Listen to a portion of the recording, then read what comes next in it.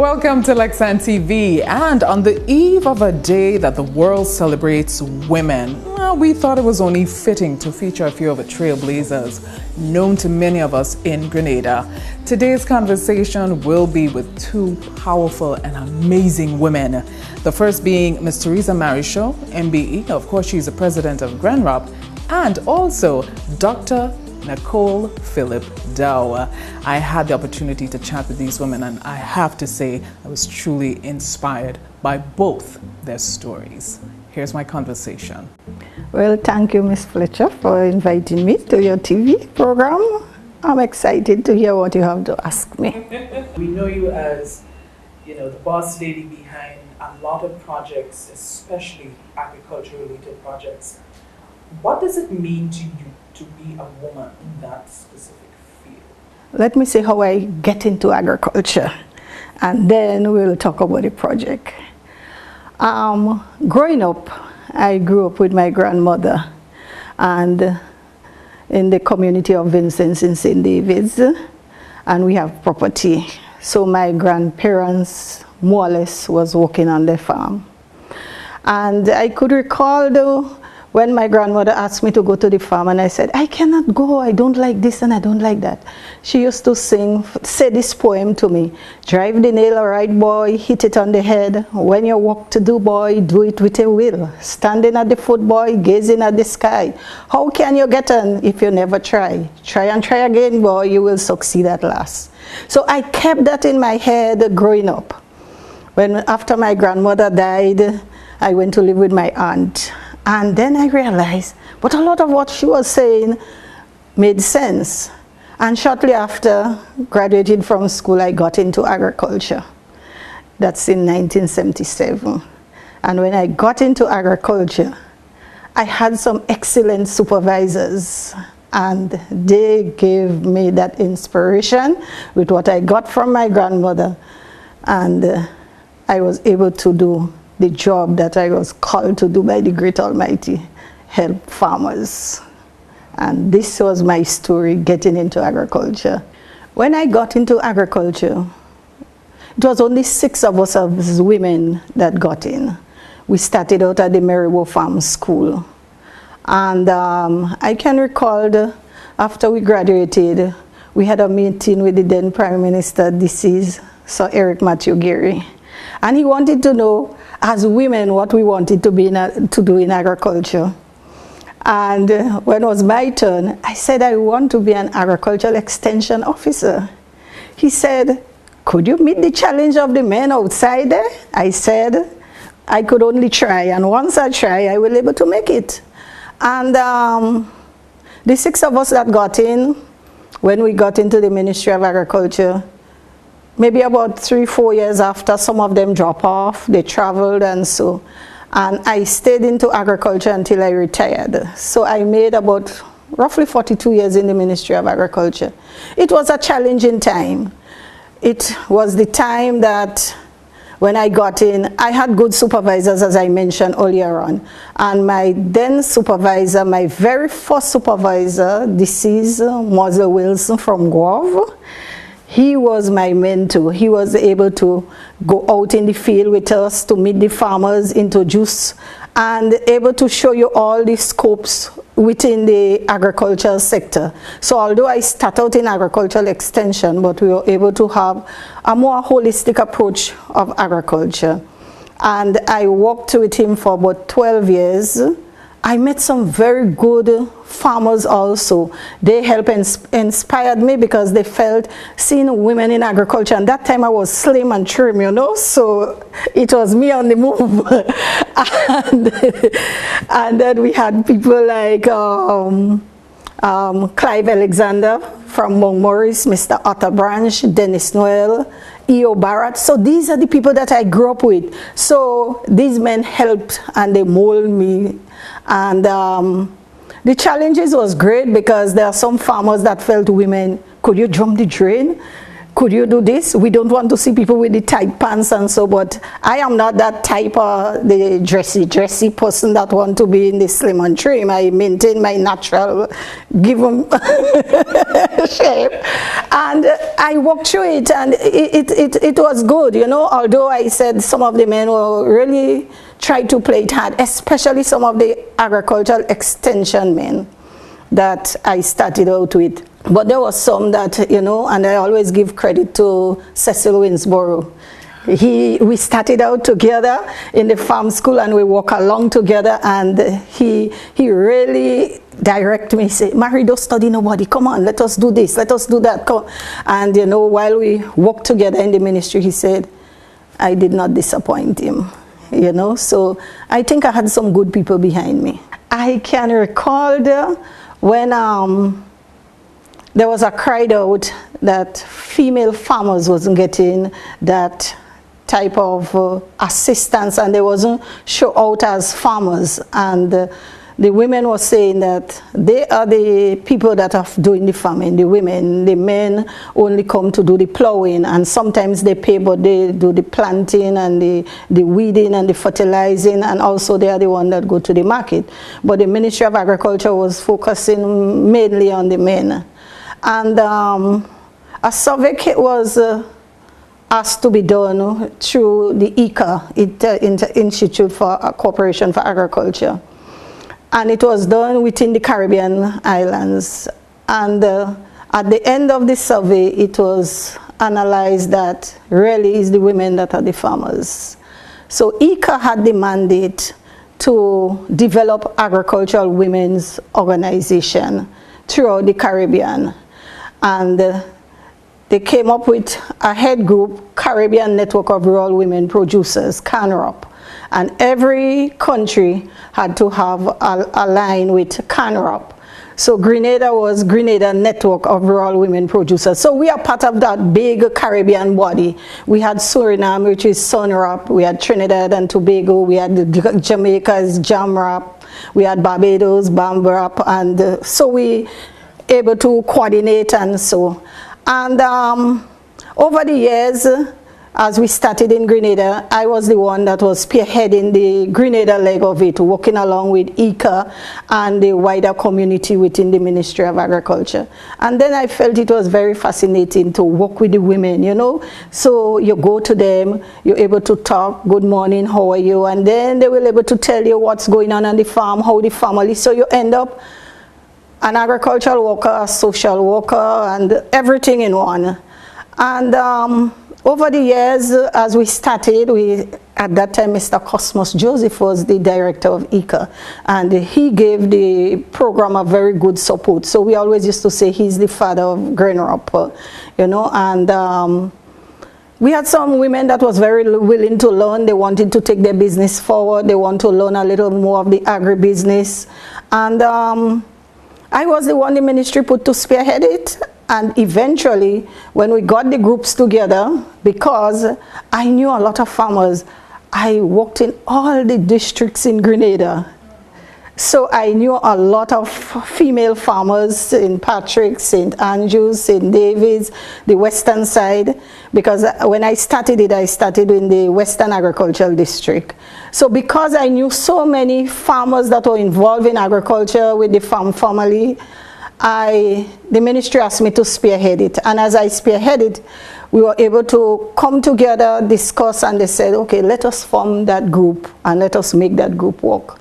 And in 2004, we walk along from 2000 to 2004, just chatting, showing people what they have to do, getting them to meeting, let they air their problems, what they would like to see, how they would like to see agriculture moving forward, how women, the stand women should take. And you know, we are able to tell them, listen, if we come together as a group, we're able to have a bigger voice. And once you have a bigger voice, the nation will hear your cry and you will be able to get support.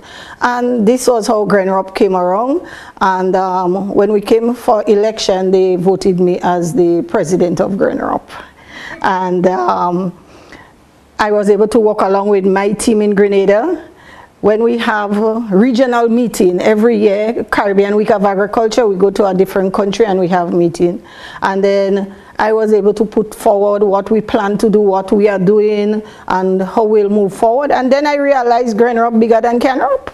So I said, maybe I'm doing too much work, you know. So at least this is how really GRENROP started. And after 20 years last year, December, we had our big celebration activity at St. Patrick's Roman Catholic Church, where we celebrated 20 years of GRENROP birth. In everything you're doing, you got to have faith in yourself, not only agriculture. Whatever job you decide to go in, whether it's in IT, well, you know, agriculture have about 26 plus branches of agriculture, whether you are agronomist, or extensionist, or entomologist, whatever it is. Whatever you decide to take, a doctor, a lawyer, you got to have faith in yourself, because if you don't have faith in yourself, you will not succeed, right? So you have to tell yourself, I will do it, I can do it, and with the help of the great Almighty, we all can get others to do it, because in all you want to get other people to be involved. You alone can't stand right? So you have to get others to come together, and you cannot help yourself. If you're trying to help yourself alone, you will be selfish. You've got to help others to grow. Nurture them. There are some you will be able to take them at different levels, because we all at different levels. So there are some people you have to take a little more patient with them. You'll have to spend more time with them to show them what to do, how they should do it, the reason why they are doing it. There are others again that you might just spend a week with them and they understand. We all at different educational level. So you help everybody, and at the end of it you get that rewarding that, okay, I was able to take somebody from right at the bottom, and here they are almost at same level, and then you get a joy. You say, yes, that's the faith I wanted, that just having a little patience. So you got to bring everybody up. You can't leave people down. That is why you will only succeed when you have that mind. But if you want to think, oh, I want this, I want that house, I want this land, I want that, and I want that, you're going to crash at some point in it. Some point you will realize, but why I'm not going forward? Why I'm planting all the crops and I'm not getting sale? Or pest and disease destroying me? Because you don't have faith and you are selfish. You need to ensure that you're empowering every woman like you to move up the ladder. And in so doing, we all will be able to rejoice at the end. Who would you say influences? Well, as I mentioned earlier on, my grandmother. But in the Ministry of Agriculture, when I came in, I have to give praise, although they died. But I always used to tell them when we meet on the road, you know, I really appreciated what they did. And first of all, Mr. Mosley Wilson from Wharf. He was my real mentor for 12 plus years, working in the Ministry of Agriculture, doing reports, teaching you how you should dress, how you should address the farmers. You know, there are times he will call us 7 o'clock. We go into Brothers and we supposed to meet him at Blackberry Junction. If 7:05 you're not there, he leave you. How could you get there? You don't have transport. When I started in the ministry, we started with we backpack and we walk in. All we little agricultural equipment is in that bag and your water boats. So for years you were walking. We only got when after the revolution, when so Nicholas Prophet was, that is when they started to give agricultural extension officers concession, and you're able to purchase a transport. Then, as I said, Mr. Mosley, I work with Clive Alexander. Mr. Dennis Noel was Chief Technical Officer at that time, and Mr. Otto Branch. And in those days, there were scholarships. So they're pushing you as they see you had I had the eagerness and the drive to go through. I was able to get scholarships. So from one to the other. When I went to Guyana School of Agriculture, within a year I came back. I went to UWI Trinidad. I studied women in development. That active part that I taken in women, I studied that in Jackson State University in the Mississippi, Women in Development. At that time, the feminist group was saying women need to have a voice, women need to be seen and heard, and I was part of that. I was part of that training, that got that training from Jackson State University in the Mississippi, and I met some incredible lecturers there, and when I came back, I wanted to be on that drive to move on and to see women in agriculture move forward. And shortly after that survey came out looking at who are the real farmers, whether it's the women or the men. So I was able to spin off from there. So I really have to thank the first branch of the people, the first batch of people that came into the ministry that I worked with. And after they retire and they move on, some of them were still in the farming, some of them got sick, they died. And those that came in now, I tried to fit in with them so that we could work together. But you know, in everything, not everybody could take women that are aggressive, and I am one of the aggressive ones, you know. I always say that I'm an aggressive one, so sometimes you get a little slowed down by the men, but that don't say you don't have the ability to do what you want. So when I retired in 2005, because all along I was doing my farming, you know, so I go to work early, come back on Saturdays, I'm in the farm whole day, and I said, I plan, when I retire, I have to change agriculture in Grenada. If it's women that have to change it, I will be the first woman. And when I retired, I started out on the farm now fully, because as I said, I grew up on a farm. We have lands in St. David's, and then we were able to buy property in Bailey's Bacalet. And I got the break with Sanders Hotel by going to functions and so, and all these people I met when I was in the ministry, because I remember at that time they were looking at forging agriculture and tourism, and we had this agribusiness training in Barbados with same ICA, and they were saying, well, what is the difficulty? Why agriculture cannot be part of tourism? Because if you don't have agriculture, how you feed in the tourists? And they called that session, and I represented the Ministry of Agriculture. And I remembered the director of Sanders Foundation was at that session. And they said, but look at GRENROP is here, and Miss Maricho representing GRENROP, she representing the Ministry of Agriculture. Let's start something going. So after that week session, when I came back, I asked the ministry, I said, let us start, you know, looking at, starting to talk to the people in the hotel and what. No, this can't work, everything is negative. So I utilized that opportunity to get back in touch with these same people that we were working with in ministry, trying to link agriculture and tourism.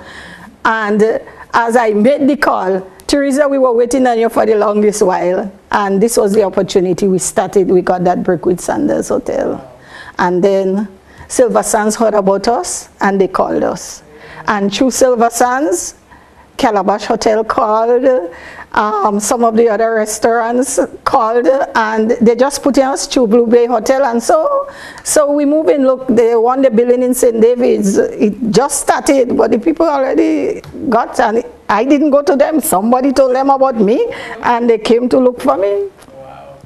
So, as I said, persistence and perseverance drive the nail. All right, boy, hit it on the head. Even though you're married, it's the women that take control of everything, you know. They do take in charge of the house, they're in charge of the kids, they're in charge of the outside. Sometimes they're telling the men, well, do this, do that, this have to be done, that have to be done, what are you doing? What?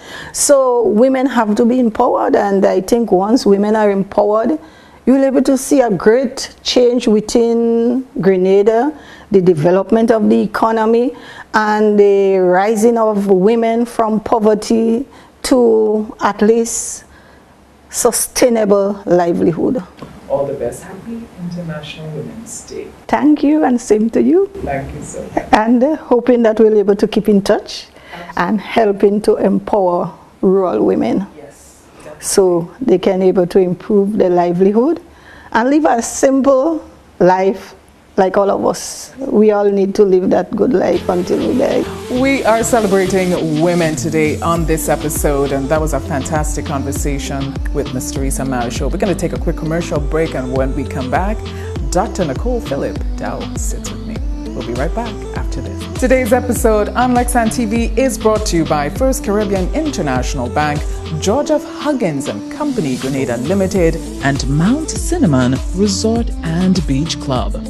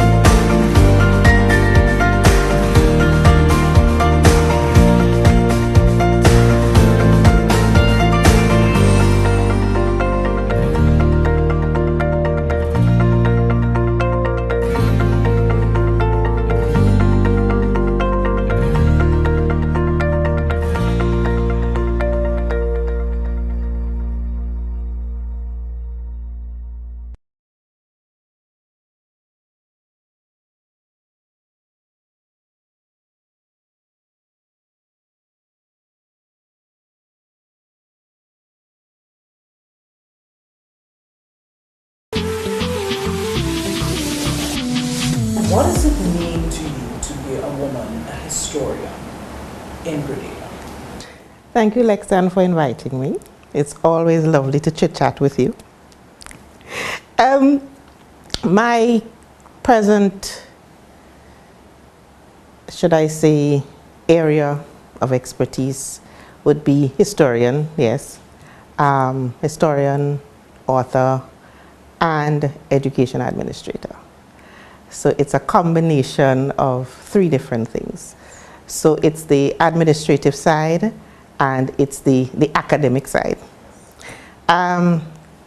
There are quite a number of us regionally in this area. When I look at my open campus, quite a number of women in the position of education administrators within the open campus. I'm proud to say my principal is female. And so there are quite a number of us in that area. It means a certain level of discipline to get to this point. Discipline in terms of your academics, because I hold a PhD in history. So the discipline to get from the bachelor's, master's, as the case may be, into the PhD requires a lot of discipline, a lot of self-sacrifice, and what I call stick-to-itiveness. The days when you really don't feel like doing anything, you have to. The reward at the end is absolutely wonderful, that I have gotten to that point. The other side of it is, at the academic field, you have to, there's a saying, you publish or you perish. So for me, I have a particular love for research and writing.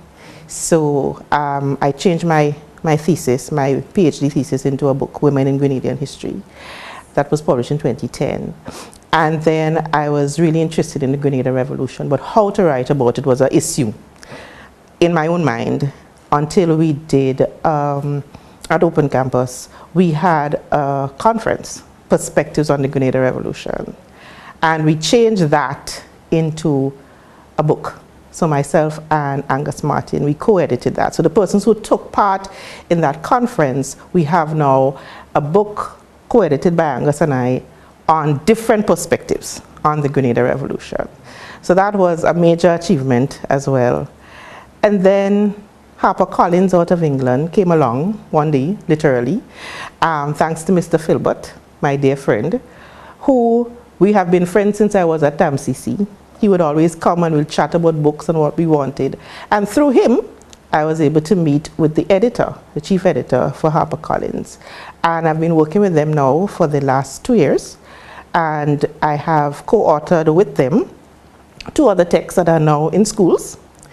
It was, as a historian, sometimes you want to stick to history, but you also have to recognize how the world is going. So when they first came, it's a social studies text. And I'm like, Lord have mercy, how am I doing this? But they said, hold on, don't worry. It's a social studies text. We want you to do the historical side of this. I'm like, oh, yippee yay, so this can work. So I was able to work with them for 2 texts on Caribbean social studies for students from Form 2, Form 3. So there's a book 2, which is now being used in the schools here, and a book 3. All right, and I said to my stepson, I said, you have bragging rights, so you can say, you know, my auntie's on this. Well, he was killing himself laughing anyway. But they're using it now in the schools. I'm really very proud of that. And even as we speak, I'm working on something for young Grenadians. I always wanted to do something for children. Haven't spoken to teachers. Them saying, you know, we know, but there are things that we're not sure about and things we want to talk about, and we're really not so sure. So if we could have a text that, as I would say, little people can just pick up and read. So that's what I've been working on currently. And I enlisted my son, all 9 years old of him, and my stepson, all 13 years old of him. And it was actually quite funny, because I gave them a title, Young Intellectual Assistants. Yes. So I said, no, you have to read and tell me if this is making sense. And they took it very seriously. They read, and my 13-year-old, of course, he's older, so he's, well, Auntie, this part doesn't make sense. It's not reading well. And you might find this a little bit strange, but it's him I am writing for. So if he's going to read parts and he's going to say, this is not making sense, then it makes sense to me that I need to go back to it. I need to reread it because he's the one that is going to be actually consuming the material. So there's that side of me as well. The administrator side is also the part of, at Open Campus, I would have worked, I'm Open Campus now 6 years, but I would have worked at TAMCC for 11 years. St. Joseph Convent for 7. So I am fundamentally a teacher. Once a teacher, always a teacher. And I actually love the classroom. I love interacting with students. So even now that I am more administration, I would get calls to meet students, chat with them about different parts of Grenada's history, Caribbean history. And I absolutely love the engagement with young people. And there's so much that they want to know, so much that they want to learn about. Last year, no, the years have gone by too. Okay, 2020 just did not exist. So let's just forget 2020. So 2019, we teamed up Open Campus Grenada, Cave Hill, and St. George's. And we had a conference on the revolution. And what was fascinating about it was getting young people across the island to come and sit for those 3 days and listen to the different speakers speaking on Grenada, different perspectives on Grenada. And at the end of it, the students' reaction, there is so much I did not know. I am so happy for this opportunity to come to listen, yeah? And I think that is extremely important. Our history is our story, and our children need to know. It will be unfair if we don't tell them. We have to, must. Totally agree. How important is it for you to set boundaries? Boundaries with, let's say, balancing family, balancing work? It's challenging. I always say I have 4 jobs. Mommy, I'm wife, I am education administrator, and I am academic. And sometimes, yes, it gets challenging. But it's about balancing and also knowing what you can do and what you can't do. So I know for sure that with those 4 jobs, I cannot be on 5 or 6 different committees. And it's not that you don't get asked, but I would always say, first things first, for me, family comes first. Family comes first, no matter what. And because family comes first, everything else has to revolve around them. So I'm going to give you a story. So this particular Monday afternoon, 2019, 2020 doesn't exist, 2019, I'm preparing to go to a conference in Williamsburg, Virginia. Never been there before. And boys have music. So Joshua, who's my stepson, his mom calls and says, okay, you're picking him up, but he's not feeling well. So I'm like, okay. She says, okay, take him to the doctor. I'm like, okay. So pick him up, pick up my son, and drop one to the doctor, the other one to music. And this is on Lucas Street. And then I find a parking spot in the middle of both places. Right. With my, there's a particular book I needed to read before I finished writing this paper.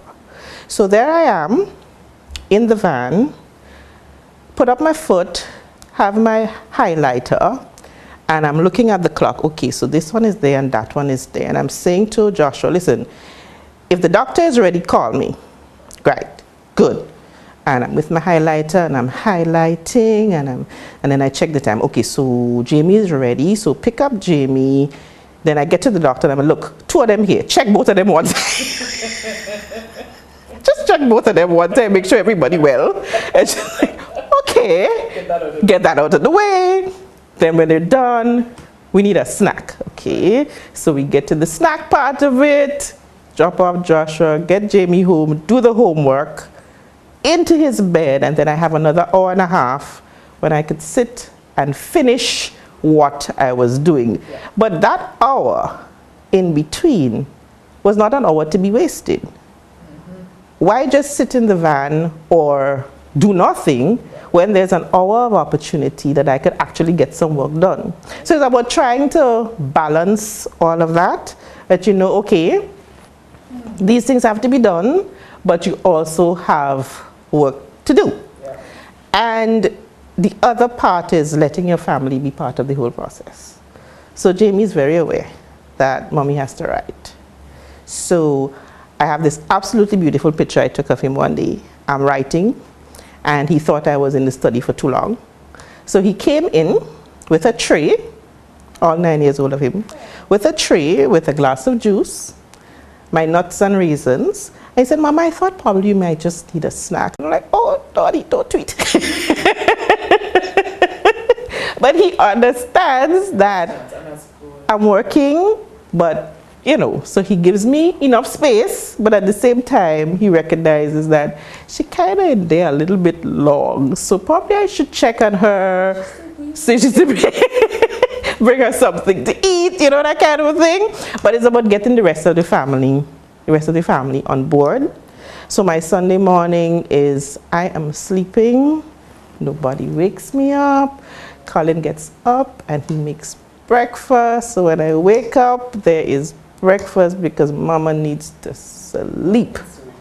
Yes, the recharge button is needed here, you know, but it's just basically getting your family on board with whatever it is that you have to do, and basically managing your time and finding the balance between your work, your family, and you must have girl time. Absolutely. And when I say girl time, I mean what I call me time, time for myself, when I could just relax and do nothing. So I could binge watch Bridgerton, for example. By the way, I read all the books first. My bad self. I have to read. I must read before I watch anything. So I read everything and then I binge watched. So in my binge watching, that was mommy time to binge watch. Yeah, nobody gets remote. No, leave me alone. Right? And then you get your girl time when you spend time with your good girlfriends and just chill, relax. There's no children, there's no husbands. You love you dearly, but you know, we just need a little time to recharge, and then you can go again. And it's important for self-care. And I think sometimes, because as women, we are the prime caregivers, sometimes we forget about self. You forget that you need a little time, you need a little space. But if you're not taking care of yourself, you can't take care of anybody else. Nothing else can happen. So you need to understand that I must carve out a little space for myself so I could take care of me, so I have enough energy to take care of everybody else.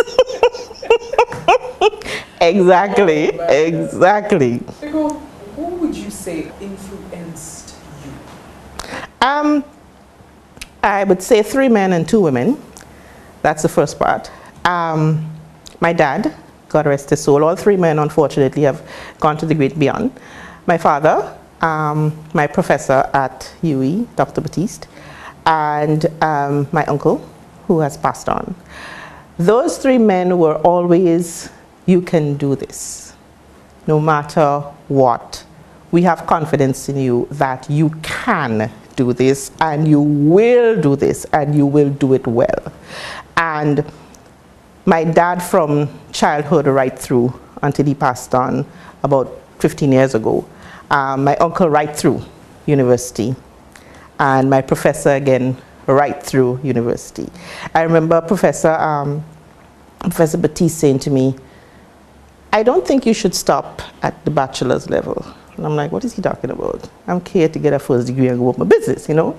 And he's like, you need to go beyond this. I know that you can go beyond this. So it was his encouragement that you can go beyond this, yeah? The women would be my mom and my Aunt Canis. Strong, extremely strong faith women. And their faith has encouraged me to get even stronger in my own faith, to spend more time actually church and more time just alone with God every day first thing in the morning, sometimes last thing in the night, sometimes 3 o'clock in the morning, but it is extremely important. And they taught me that, and it's extremely important. Knowing that having a very strong faith is extremely important to me. Knowing that for me, it's like going to church every week, for me, is like food. Because yes, you eat food for your body, but you need spiritual food, you need spiritual nourishment. So you're hearing the word of God, and you can now bring it back to your own life, situations, circumstances that you are in, yeah? So you hear things that God is with you no matter what, whether things are good, whether things are bad. He's there to strengthen you, he's there to fortify you, and you read the scriptures, you'll go through the fire, but you won't be burned. So even though things are looking horrible, you have the faith that he is always there, he is always good, all the time, yeah? And for parents, don't underestimate bringing your children to church. I just give you 2 stories of my son. He was about 5, give or take, and went to church, and Father Clifton was talking about Jesus as a shepherd. And he said, but I wonder why God chose a shepherd. He could have chosen a jaguar. My son and his friend, sitting together at the time, yelled out, "Karate James!" The whole church started laughing. I was like, but he was listening. Yeah, at 5, he was listening to when Father said jaguar, and for both of them, jaguar meant Kirani. But the fact is, he's there and he's listening. The other one that brought tears to my eyes, I lost my brother-in-law, my husband's youngest brother. And of course, it was devastating. And how do you deal with that? And how do you explain that to a 7-year-old? Well, he was the one explaining to me, because we were talking about it, and then we were saying our prayers, and I said, we need to pray for Granny and Grandpa and for Daddy, because it's very difficult. And his eyes were closed, and then he said, Mama, freedom. I'm like, what? Mama, when you die, you are free. So Uncle Ian is free. Lexan, let me tell you, I was in tears. And I'm like, how? Yeah. You know? But then I said to myself, since he was 2 months when he was baptized, I have been taking him to church. And whether sometimes I have to be saying, Jimmy, behave yourself. He's obviously listening, and it's obviously having an effect on him that he could say something so profound at a time when all adults were totally lost. We didn't know what to think, how to feel at that point. But he's able to speak about it. So sometimes you think they're not listening. Trust me, they are listening. It's important that they get grounded. They get grounded in understanding who God is, what he is, how important he is. It's extremely important that they get grounded in that as young as possible. When they get older, there's going to be lots of temptation. But if they're grounded, even if they stray, they're going to come back. Because more than likely they will. But they will come back once they have that grounding. It's extremely, extremely important that they have that grounding. And I would dare say it's a mother's job to do that, to get them that grounding in God and understanding how important he is to their life. Extremely, extremely important. How important would you say it is to empower our women, especially when they're knee-high? It's extremely important. When we look at women and the role of women, we are the nurturers. We are the ones who are responsible for little ones and nurturing them. They spend quite a lot of time with us as women. So it's extremely important for young girls, for them to understand that I can do whatever I set my mind to do. Whatever it is, if I want to be an engineer, I can be an engineer. If I decide I want to do space technology, whatever that is, I can do it. And it doesn't matter if my circumstances at this point in time, because time changes. Time changes. Situations change. It doesn't matter if at this particular point in time, things may not be looking bright. I may not have the financial resources. My parents may not have the financial resources, but trust me, God is good all the time. And remembering that and knowing that I can do, yes, I can, and yes, I can be, to me is extremely, that they understand that. That is important.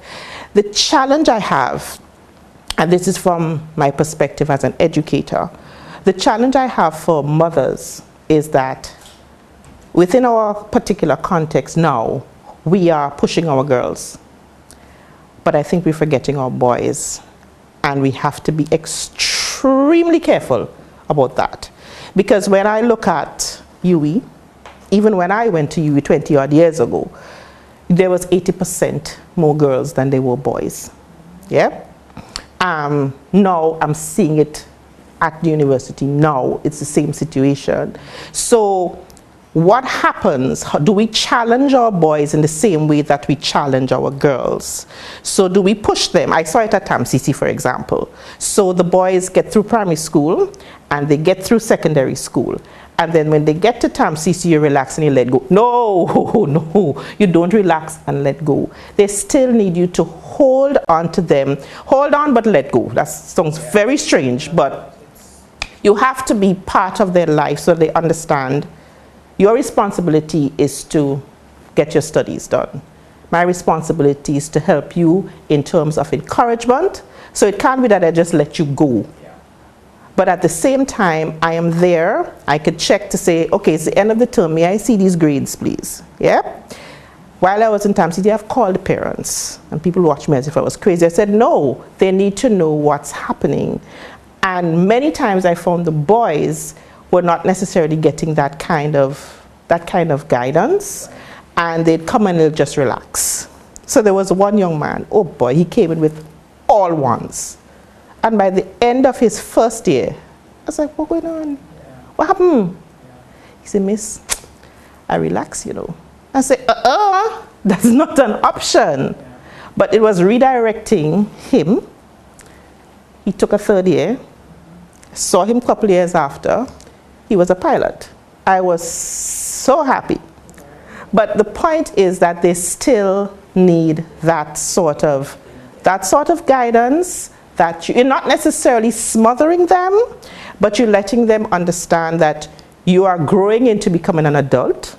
But at the same time, you also need my guidance. I also need to check in on you, make sure that you've done your studies, make sure that I know what your grades are. I'm paying for this, by the way. So make sure that I know what your grades are. Yeah? And basically keeping them in check, and that's the woman's role. But fathers they can't get away. Your job is to teach them how to be men, and that is an extremely important role. And as mothers, we need to joke behind the fathers to remind them what your job is. You have to teach them how to be men. What are your responsibilities as you grow from boy to manhood? And there's certain things only a father can teach. Yeah? And if there isn't a father in the home, a father figure, an uncle, an older brother, but that is part of their responsibility. And sometimes as women, the men sometimes forget, so we need to remind them that this is part of your responsibility to teach them how to be men.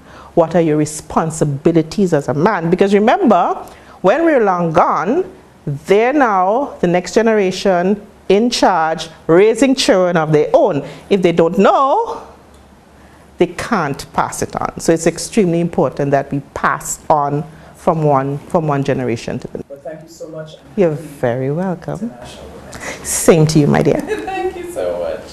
Thank you. You're welcome. You're watching Lexan TV. We'll be right back after this. Guests on today's show will receive a lovely selection of women's products, all distributed by George F. Huggins, Grenada Limited.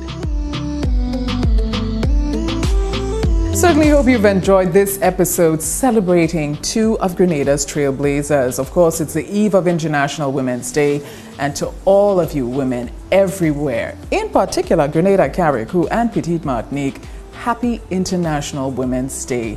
Don't forget to check out all our social media platforms. Click like, share, and comment today. Until next time, this has been Lexan TV, of course, where it's all about life. Take care. Bye-bye.